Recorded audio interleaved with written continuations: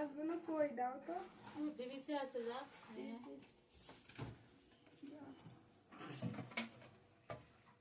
এটা কাদের মাছ রেখেছো? 2-3 জনের মাছ আছে আমাদের ফ্রিজে। আমার মাছ এত কম কম লাগছে কেন? মাছ এত কম কেন? কেন মাছ তো ওখানেই তো ছিল।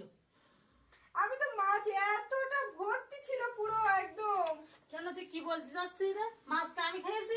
অবশ্যই তুমি খেয়েছো। দেখ তুই কি ভালো কথা বলছিস। তোমার ফ্রিজ আছে বলে আমার তাহলে ফ্রিজে- তুমি সবাই যখন তোমার ফ্রিজে মাছ রাখো তো তুমি সবার মাছগুলো এইভাবে খাও, খেয়ে খেয়ে এত মোটা হচ্ছো। আমার চেয়ারে না বাজে কথা বলবি না। তুমি চুপ করো। দ্বিতীয় কথা, আমার ফ্রিজে মাছ রাখার কোনো দরকার নেই।